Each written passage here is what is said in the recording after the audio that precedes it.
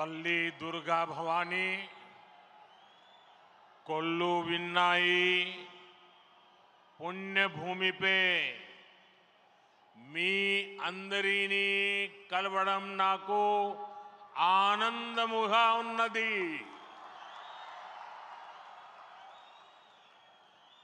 आंध्र प्रदेश के राज्यपाल सैयद अब्दुल नजीर जी, मुख्यमंत्री, मेरे मित्र श्री चंद्रबाबू नायडू जी, केंद्रीय कैबिनेट के मेरे सहयोगी मंत्रीगण, डिप्टी सीएम ऊर्जावान पवन कल्याण जी, राज्य सरकार के मंत्रीगण, सभी सांसद और विधायकगण और आंध्र प्रदेश के मेरे प्यारे भाइयों और बहनों, आंध्र प्रदेश गवर्नर सैयद अब्दुल नजीर गारू, मुख्यमंत्री ना मित्रुలు చంద్రబాబు నాయుడు గారు, కేంద్ర మంత్రివర్గంలో నా సహచర మంత్రులు, డిప్యూటీ ముఖ్యమంత్రి శక్తివంతుడు పవన్ కళ్యాణ్ గారు, రాష్ట్ర మంత్రులు, ఎంపీలు, ఎమ్మెల్యేలు మరియు ఆంధ్రప్రదేశ్ రాష్ట్రానికి చెందిన నా ప్రియమైన సోదర సోదరీమణులారా, आज जब मैं इस अमरावती की पुण्य भूमि पर खड़ा हूं तो मुझे केवल एक शहर नहीं दिख रहा, मुझे एक सपना सच होते दिख रहा है। एक नया अमरावती, एक नया आंध्र।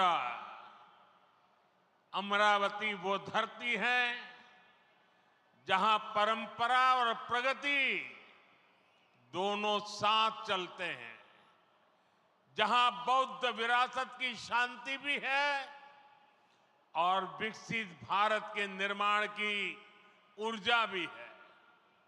आज यहां करीब 60,000 करोड़ रुपए के प्रोजेक्ट का शिलान्यास और लोकार्पण किया गया है। ये प्रोजेक्ट सिर्फ कंक्रीट का निर्माण नहीं है, ये आंध्र प्रदेश की आकांक्षाओं की, विकसित भारत की उम्मीदों की मजबूत नींव भी है। मैं भगवान वीरभद्र,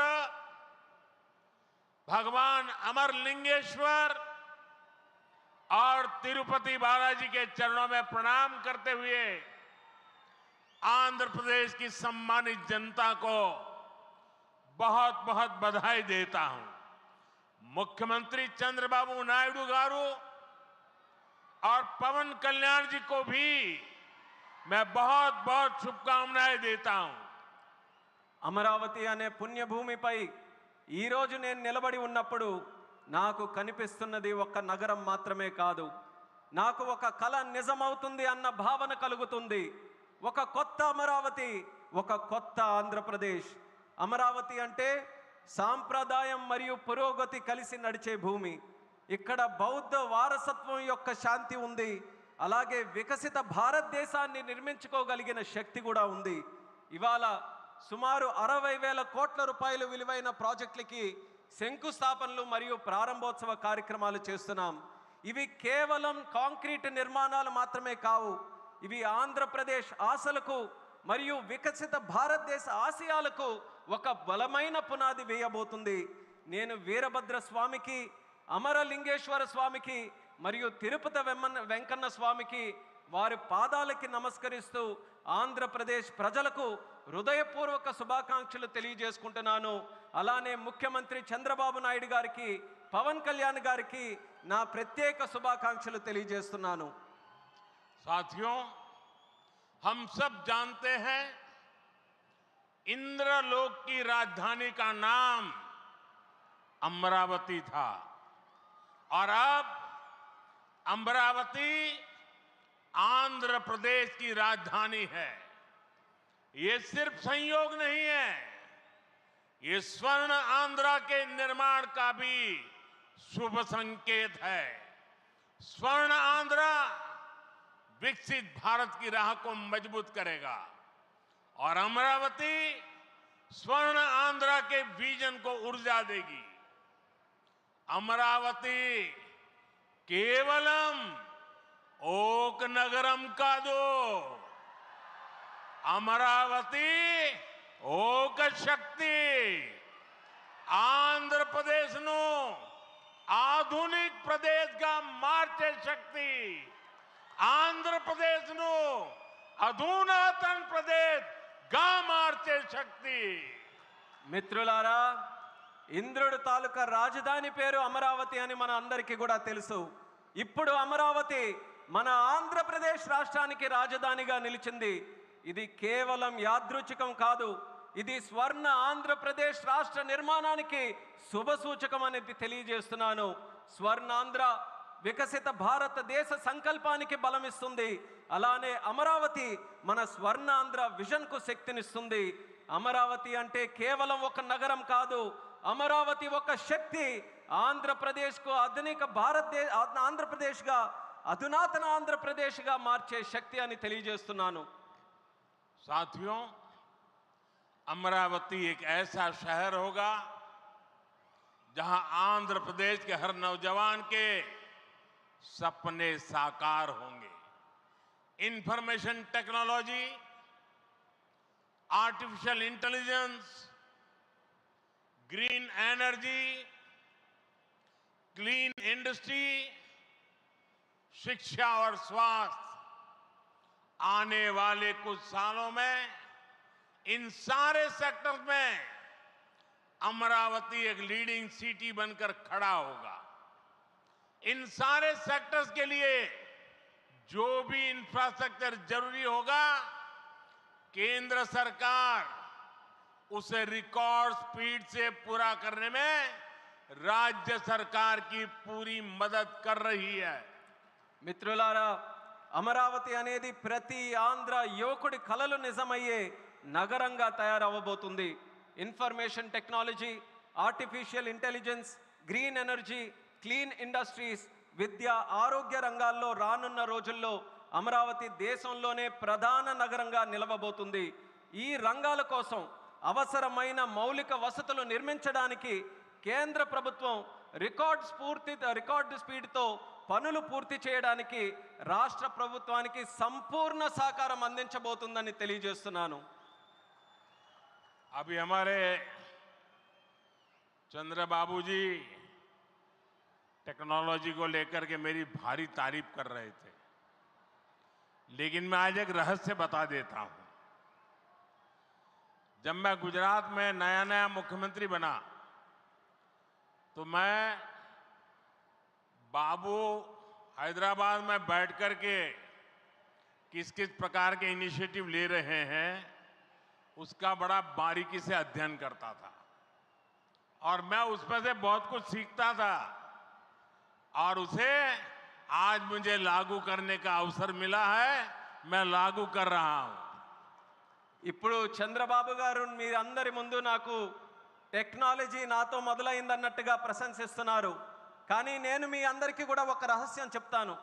నేను సరికొత్తగా ముఖ్యమంత్రి అయినటువంటి రోజుల్లో గుజరాత్లో ఉన్నప్పుడు అప్పుడు చంద్రబాబు నాయుడు గారు ఆంధ్రప్రదేశ్లో హైదరాబాద్లో ఐటీని ఏ రకంగా డెవలప్ చేస్తున్నారో నేను క్లోజ్గా అబ్జర్వ్ చేసి అధికారులను కూడా పెట్టి అబ్జర్వ్ చేయించి ఆ రోజు నేను చాలా దగ్గరగా తెలుసుకున్నటువంటి విషయాలు మళ్ళీ తిరిగి ఈరోజు ఆంధ్రప్రదేశ్కి వచ్చి మళ్ళీ మీ అందరి ముందు ఈరోజు నేను చేయగలుగుతున్నానన్నది తెలియజేస్తున్నాను.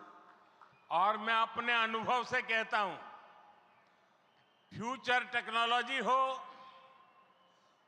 बहुत बड़े स्केल पर काम करना हो और जल्दी से इसे जमीन पर उतारना हो तो वो काम चंद्रबाबू उत्तम से उत्तम तरीके से कर सकते हैं.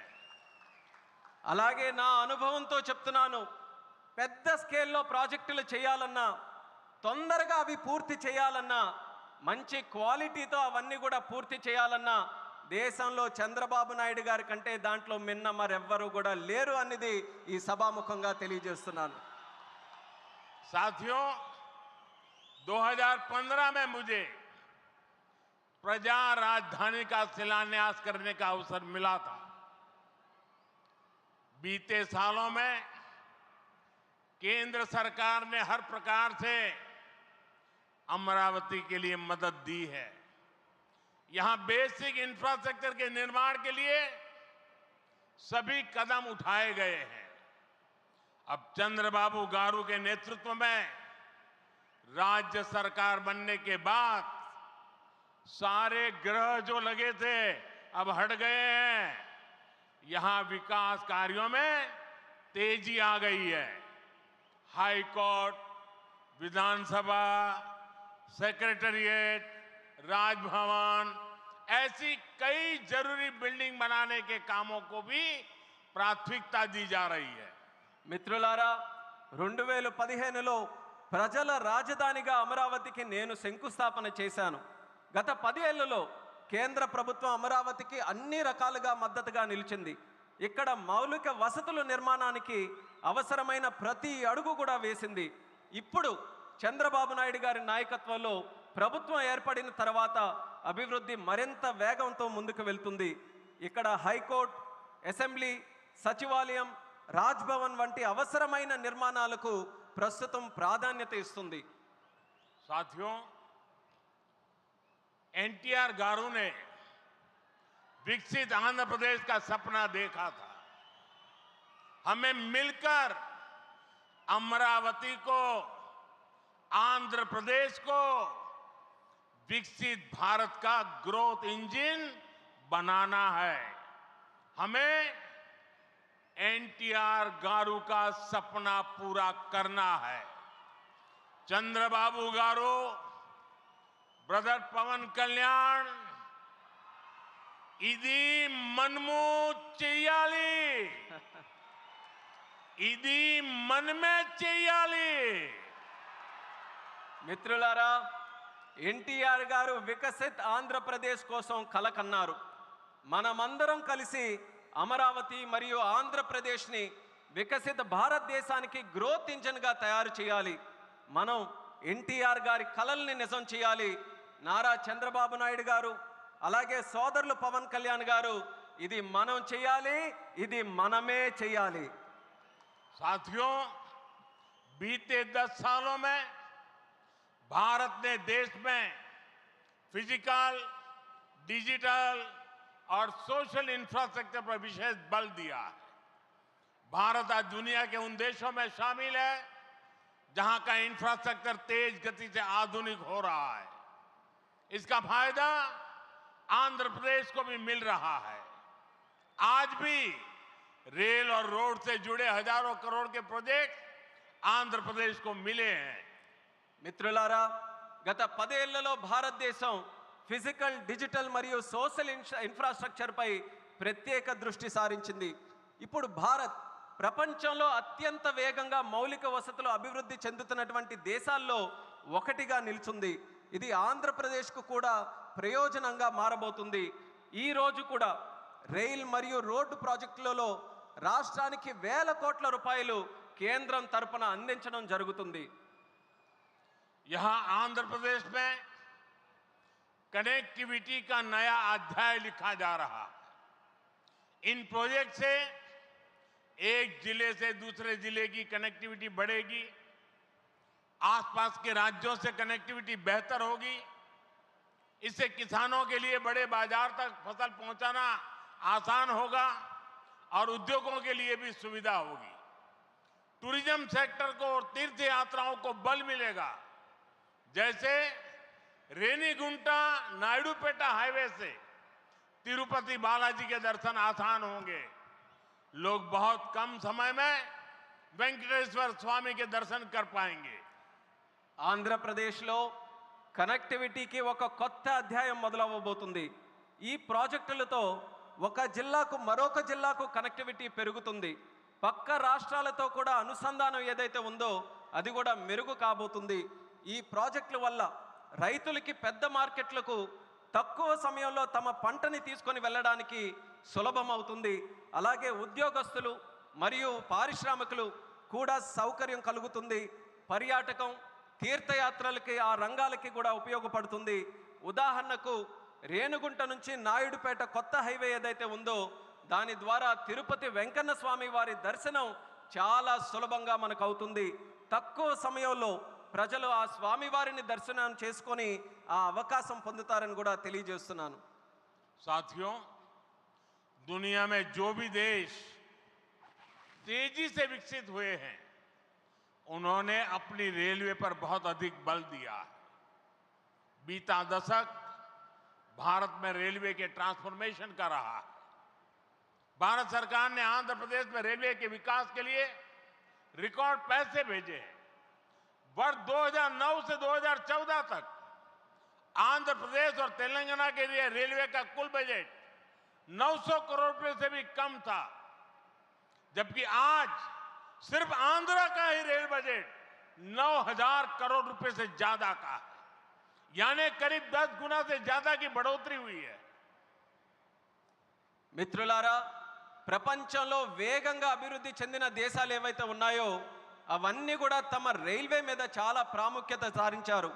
గత దశాబ్దంలో భారతదేశంలో కూడా రైల్వే మీద ఎక్కువగా పరివర్తన జరిగింది. కేంద్ర ప్రభుత్వం ఆంధ్రప్రదేశ్ రైల్వే అభివృద్ధికి కూడా రికార్డు స్థాయిలో నిధులు మంజూరు చేయడం జరిగింది. 2009 నుంచి 14 వరకు ఆంధ్రప్రదేశ్ మరియు తెలంగాణ కలిసి ఉన్నప్పుడు రాష్ట్రం తాలూకా బడ్జెట్ కేవలం 900 కోట్లు కూడా ఉండేది కాదు. కానీ ఇప్పుడు కేవలం ఆంధ్రప్రదేశ్కు మాత్రమే రైల్వే బడ్జెట్ 9000 కోట్ల దాటి ఈరోజు అందిస్తున్నాం. అంటే ముందు కంటే 10 రెట్లు ఎక్కువ బడ్జెట్ అభివృద్ధి జరుగుతుందని తెలియజేస్తున్నాను. साथियों, रेलवे के बढ़े हुए बजट से आंध्र प्रदेश में रेलवे का 100% इलेक्ट्रिफिकेशन हो चुका है। यहां 8 जोड़ी आधुनिक वंदे भारत ट्रेनें चल रही है। साथ ही आधुनिक सुविधाओं वाली अमृत भारत ट्रेन भी आंध्र प्रदेश से होकर गुजरती है। बीते 10 साल में आंध्र प्रदेश में 750 से अधिक रेल फ्लाईओवर और अंडरपास बनाए गए हैं।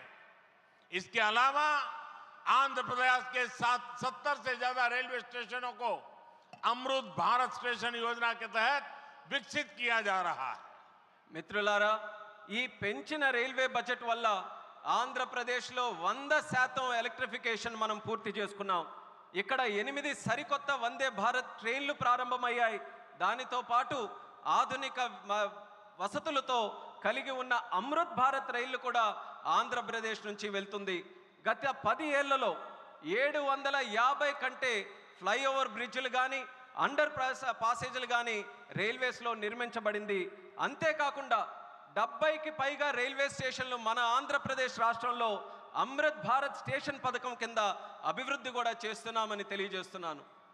साथियों, इंफ्रास्ट्रक्चर के लिए जब इतने सारे काम होते हैं तो उसका बहुत मल्टीप्लायर इफेक्ट होता है। इंफ्रास्ट्रक्चर के निर्माण में जो रॉ मटेरियल लगता है उसे मैन्युफैक्चरिंग इंडस्ट्री को बल मिलता है। सीमेंट का काम हो, स्टील का काम हो, ट्रांसपोर्टेशन का काम हो, ऐसे हर सेक्टर को इससे फायदा होता है। इंफ्रास्ट्रक्चर विकास का सीधा लाभ हमारे नौजवानों को होता है, उन्हें ज्यादा रोजगार मिलते हैं। आंध्र प्रदेश के भी हजारों युवाओं को इन इंफ्रा प्रोजेक्ट से रोजगार के नए मौके मिल रहे हैं। మిత్రులారా, ఇంత భారీ స్థాయిలో మౌలిక వసతులు అభివృద్ధి జరగడం వల్ల ఆర్థిక వ్యవస్థలో మల్టీప్లయర్ ఎఫెక్ట్ ఏర్పడుతుంది. నిర్మాణ రంగంలో కావలసిన రా మెటీరియల్స్ సిమెంట్ అయినా, స్టీల్ అయినా, రవాణా వంటి రంగాలకు గణనీయమైన డిమాండ్ ఏర్పడుతుంది. దీనివల్ల తయారీ పరిశ్రమలకు బలం ఏర్పడుతుంది. ఈ పరిశ్రమల ద్వారా మన యువతకు నేరుగా ఉద్యోగ అవకాశాలు పెరుగుతాయి. ఆంధ్రప్రదేశ్లో వేలాది మంది యువకులకు ఈ ప్రాజెక్టుల వల్ల సరికొత్త ఉపాధి అవకాశాలు కూడా లభిస్తాయని తెలియజేస్తున్నాను. साथियों, मैंने लाल किले से कहा था कि विकसित भारत का निर्माण गरीब, किसान, नौजवान और नारी शक्ति इन 4 पिलर्स पर होगा। एनडीए सरकार की नीति के केंद्र में 4 पिलर सबसे अहम है। हम विशेषकर किसानों के हितों को बड़ी प्राथमिकता देते हुए काम कर रहे हैं। किसानों की जेब पर बोझ ना पड़े, और इसलिए बीते 10 सालों में केंद्र सरकार ने सस्ती खाद देने के लिए करीब 12 लाख करोड़ रुपए खर्च किए। हजारों नए और आधुनिक बीज भी किसानों को दिए। पीएम फसल बीमा स्कीम के तहत आंध्र प्रदेश के किसानों को अब तक 5,500 करोड़ रुपए का क्लेम मिल चुका है। पीएम किसान सम्मान निधि के तहत भी आंध्र के लाखों किसानों के खाते में 17,500 करोड़ रुपए से ज्यादा पहुंचे हैं। మిత్రులారా, నేను ఎర్రకోట నుంచి స్పష్టంగా చెప్పాను, వికసిత్ భారత్ నిర్మాణం కావాలంటే పేదవాడు, రైతు, యువకుడు, మహిళా శక్తి ఈ 4 స్తంభాలపై ఆధారపడి ఉంటుంది. ఎన్డీఏ ప్రభుత్వ విధానాల్లో కూడా ఈ 4 స్తంభాలు కేంద్ర బిందువుగా పెట్టుకొని పనిచేస్తున్నాం. రైతు ప్రయోజనాలు అత్యంత ప్రాధాన్యత తీసుకుంటూ మేమందరం కూడా కేంద్రంలో పనిచేస్తున్నాం. రైతు జేబులకి భారం పడకుండా ఆ ఉద్దేశంతో గత 10 ఏళ్లలో ఎరువుల కోసం ఏకంగా 12 లక్షల కోట్ల రూపాయలు ఖర్చు కేంద్ర ప్రభుత్వం చేసింది. 1000కి పైగా సరికొత్త మరియు ఆధునిక విత్తనాలు కూడా రైతులకి అందించబడ్డాయి. పీఎం పంట బీమా యోజన కింద ఆంధ్రప్రదేశ్ రైతులకు ఇప్పటి వరకు 5,500 కోట్లు నష్టపరిహారం కూడా చెల్లించాం. పీఎం కిసాన్ సమ్మాన్ నిధి ద్వారా లక్షలాది మంది ఆంధ్రప్రదేశ్ రైతుల ఖాతాల్లో 17,500 కోట్ల వరకు వాళ్ళందరికీ కూడా నిధులు జమ చేశామన్నది గర్వంగా తెలియజేస్తున్నాను. साथियों, आज पूरे देश में सिंचाई के प्रोजेक्ट्स का जाल बिछाया जा रहा है। रिवर लिंकिंग का काम भी, उसका अभियान भी शुरू किया गया है। हमारा लक्ष्य है कि हर खेत को पानी मिले, किसानों को पानी की दिक्कत ना हो। यहां नई सरकार बनने के बाद पोलवरम प्रोजेक्ट में भी नई गति आई है। आंध्र प्रदेश के लाखों करोड़ों लोगों का इस प्रोजेक्ट से जीवन बदलने वाला है। पोलवरम प्रोजेक्ट तेजी से पूरा हो, इसके लिए केंद्र के एनडीए सरकार से राज्य सरकार को पूरी मदद दी जा रही है. మిత్రులారా, దేశవ్యాప్తంగా ఇరిగేషన్ ప్రాజెక్టులు నిర్మిస్తున్నాం. అలాగే నదుల అనుసంధాన కార్యక్రమం కూడా మేము ప్రారంభించాం.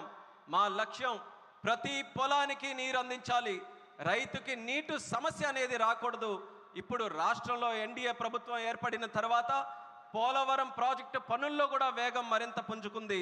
ఈ ప్రాజెక్టు ద్వారా లక్షలాది కోట్లాది మంది ప్రజలు, రైతుల తాలూకా జీవితం మారబోతుంది. పోలవరం ప్రాజెక్టు త్వరగా పూర్తవ్వాలని కేంద్ర ఎన్డీఏ ప్రభుత్వం అలాగే రాష్ట్ర ఎన్డీఏ ప్రభుత్వం పూర్తిగా సహకారంతో కలిసిమెలిసి పనిచేస్తాయని తెలియజేస్తున్నాను. साथियों, आंध्र की धरती ने दशकों से भारत को स्पेस पावर बनाने में बहुत बड़ी भूमिका निभाई है. श्रीहरिकोटा से जब जब कोई मिशन लॉन्च होता है तो कोटि कोटि भारतीयों को गर्व से भर देता है. करोड़ों भारतीय नौजवानों को यह क्षेत्र स्पेस के प्रति आकर्षित करता रहा है.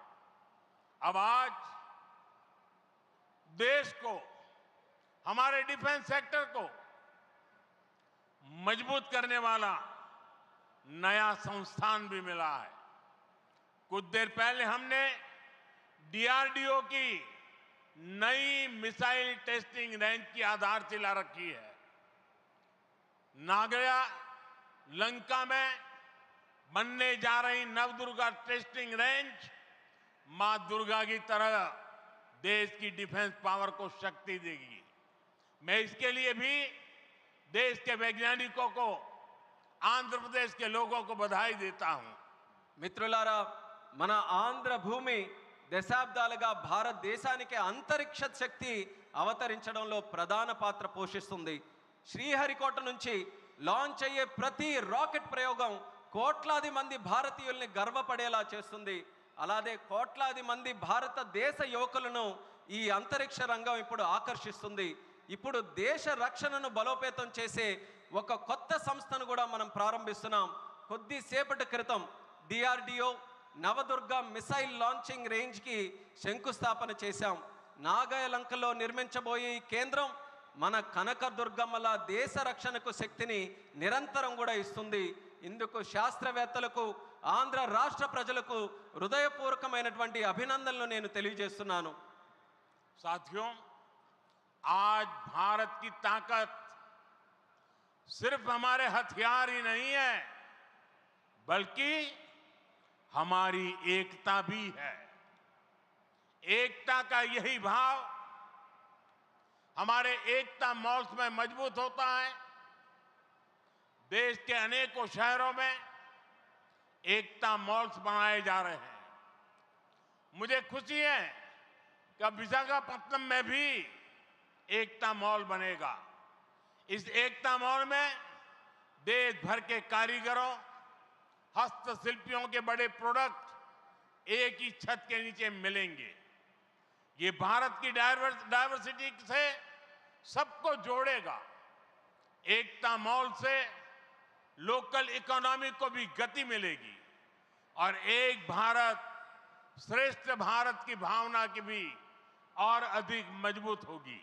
మిత్రులారా, ఈరోజు భారత్ యొక్క శక్తి కేవలం ఆయుధాల్లోనే లేదు, మన ఐక్యతలో కూడా ఉంటుంది. ఈ ఐక్యత భావమే మన ఏక్తా మాల్స్కు మరింత బలోపేతం చేస్తుంది. దేశంలో అనేక నగరాల్లో ఈ మాల్స్ని మనం నిర్మించబోతున్నాం. ఇప్పుడు విశాఖపట్నంలో కూడా ఒక ఏక్తా మాల్ నిర్మించడం కోసం మనం ఈరోజు శంకుస్థాపన చేశాం. దానికి నాకెంతో ఆనందంగా ఉంది. ఇక్కడ దేశవ్యాప్తంగా ఉన్న హస్త కళాకారులు వాళ్ళ ఉత్పత్తులు ఒకే చోట అందుబాటులో మనకు ఉంటాయి. ఈ మాల్ భారత వైవిధ్యాన్ని అనుసంధానిస్తుంది. లోకల్ ఎకానమీకి కూడా ప్రోత్సాహం ఇచ్చేలా ఈ మాల్ నడుస్తుంది. అలాగే ఏక్ భారత్ శ్రేష్ఠ భారత్ అనే భావనను మరింత బలోపేతం చేస్తుందని తెలియజేస్తున్నాను.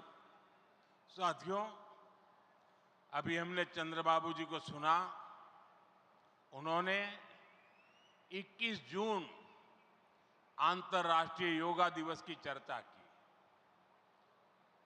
मैं चंद्रबाबू का, आंध्र की सरकार का और आंध्र के लोगों का आभारी हूं कि आपने अंतर्राष्ट्रीय योग दिवस के लिए देश का प्रमुख कार्यक्रम आंध्र में करने के लिए निमंत्रण दिया। मैं इसके लिए आपका आभार व्यक्त करता हूं और जैसा आपने कहा है, मैं स्वयं भी 21 जून को आंध्र के लोगों के साथ योग करूंगा और दुनिया का एक कार्यक्रम यहां पर होगा। इस कार्यक्रम का महत्व इसलिए भी है कि अंतर्राष्ट्रीय योग दिवस का 10 साल की यात्रा का ये 10वीं साल का महत्वपूर्ण पड़ाव है। पूरे विश्व में योग के प्रति एक आकर्षण है। इस बार पूरी दुनिया 21 जून को आंध्र की तरफ देखेगी और मैं चाहूंगा कि आने वाले 50 दिन पूरे आंध्र में योग को लेकर के एक जबरदस्त वातावरण बने, स्पर्धाएं हो और वर्ल्ड रिकॉर्ड करने का काम आंध्र प्रदेश करके पूरी दुनिया को चकित कर दे। और मैं मानता हूं चंद्रबाबू जी के नेतृत्व में ये होके रहेगा। మిత్రులారా, ఇప్పుడే మనం చంద్రబాబు నాయుడు గారిని విన్నాం. అంతర్రాష్ట్రీయ యోగా దినం జూన్ 21న మనం చేసుకోబోతున్నాం. దానికి చంద్రబాబు నాయుడు గారికి, ఏపీ గవర్నమెంట్కి, అలాగే రాష్ట్ర ప్రజలకి అందరికీ కూడా నేను ధన్యవాదాలు తెలియజేసుకుంటున్నాను. నన్ను ఆ రోజు ఇక్కడ ఆహ్వానించినందుకు. ఆ రోజు తాలూకా ప్రత్యేకత ఏంటంటే, మనం జూన్ 21 యోగా దినం, ప్రపంచ యోగా దినం ప్రకటించి 10 సంవత్సరాలు కాబోతుంది. ఆ రోజు కేవలం ఆంధ్రాలో యోగా ప్రచారం చేయడమే కాదు, ప్రపంచం మొత్తం ఉన్నటువంటి ప్రజలందరూ కూడా ఆంధ్రప్రదేశ్ రాష్ట్రం వైపు చూసేలా మనం అందరం కూడా చేయాలి. అది చేయాలనంటే ఈ ఉన్నటువంటి 50 రోజులు ఏదైతే ఉందో, ప్రతి ఊరిలో, ప్రతి గ్రామంలో, ప్రతి వీధిలో కూడా, ప్రతి ఇంటిలో కూడా యోగాని మరింత ప్రాముఖ్యత తీసుకొని వచ్చే విధంగా కార్యక్రమాలు చేస్తూ వరల్డ్ రికార్డు సాధించే విధంగా ఈ 50 రోజులు కూడా మనం అందరం వినియోగించుకోవాలి. నాకు నమ్మకం ఉంది, చంద్రబాబు నాయుడు గారి తాలూకా నాయకత్వంలో అది ఖచ్చితంగా మనం సాధించగలగాం.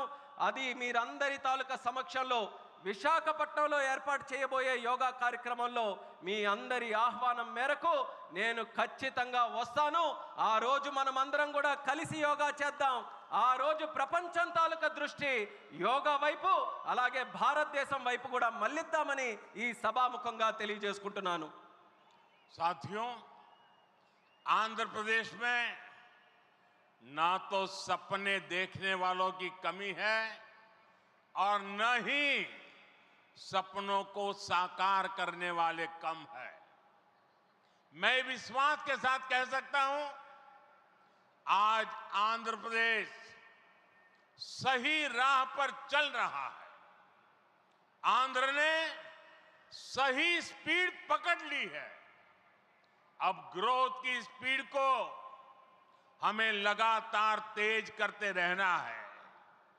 और मैं कह सकता हूं, जैसा बाबू ने 3 साल में अमरावती के निर्माण का जो सपना देखा है, इसका मतलब ये 3 साल की सिर्फ अमरावती की गतिविधि आंध्र प्रदेश के जीडीपी को कहां से कहां पहुंचा देगी, ये मैं साफ देख रहा हूं। मैं आंध्र प्रदेश की जनता को, यहां जो मेरे सहयोगी बैठे हैं, सभी को फिर आश्वस्त करता हूं, आंध्र प्रदेश की प्रगति के लिए आप मुझे हमेशा अपने साथ कंधे से कंधा मिलाकर चलते हुए देखेंगे। एक बार फिर आप सभी को बहुत बहुत शुभकामनाएं। मी अंदरी ఆశీర్వాదముతో ఈ కుటుంబీ ఆంధ్రప్రదేశ్ అభివృద్ధికి కట్టుబడి ఉన్నది. ధన్యవాద్. మిత్రులారా, ఆంధ్రప్రదేశ్లో కలలు కనే వాళ్ళ సంఖ్య తక్కువేమీ కాదు. అలానే ఆ కలలను నిజం చేసే వాళ్ళకి కూడా తక్కువేమీ కాదు. నేను నమ్మకంతో చెప్తున్నాను, ఇవాళ ఆంధ్రప్రదేశ్ ఒక సరైన మార్గంలో నడుస్తుంది. అలానే సరైన వేగంతో ముందుకు వెళ్తుంది. ఈ అభివృద్ధి వేగాన్ని మనం అందరం కొనసాగించాలి, అలానే పెంచుతూ ఉండాలి. ఇప్పుడే చంద్రబాబు నాయుడు గారు మాట్లాడుతూ చెప్పారు, 3 సంవత్సరాల్లో అమరావతి తాలూకా పనుల్ని పూర్తి చేస్తామని. నేను ఊహిస్తున్నాను, 3 సంవత్సరాల్లో అమరావతి పూర్తయిన తర్వాత ఆంధ్రప్రదేశ్ రాష్ట్రం తాలూకా జీడిపి ఏ స్థాయికి వెళ్తుందో ఒక్కసారి నేను ఊహించగలను. అది ఆంధ్రప్రదేశ్ రాష్ట్రం తాలూకా చరిత్రను మార్చబోతుందని తెలియజేస్తున్నాను. అందుకని ఆంధ్రప్రదేశ్ రాష్ట్ర ప్రజలకు, ఇక్కడ కూర్చున్న నా సహచరులకు నేను నమ్మకం కల్పిస్తున్నా, ఆంధ్రప్రదేశ్ రాష్ట్ర అభివృద్ధిలో మీ భుజంతో పాటు నా భుజం కూడా కలిపి పనిచేస్తానని నమ్మకంతో ఈ సందర్భంగా తెలియజేస్తున్నాను. మీ అందరికీ మరొక్కసారి నా హృదయపూర్వక శుభాకాంక్షలు తెలియజేస్తున్నాను. మీ అందరి ఆశీర్వాదంతో ఈ కూటమి ఆంధ్రప్రదేశ్ అభివృద్ధికి ఎల్లప్పుడూ కూడా కట్టుబడి ఉంటుంది. మీ అందరికీ కూడా నా ధన్యవాదాలు. భారత్ మాతా की జై. भारत माता की జై. भारत माता की జై. वंदे మాతరం. वंदे మాతరం. वंदे మాతరం. वंदे మాతరం. वंदे మాతరం. वंदे మాతరం. वंदे మాతరం. वंदे మాతరం.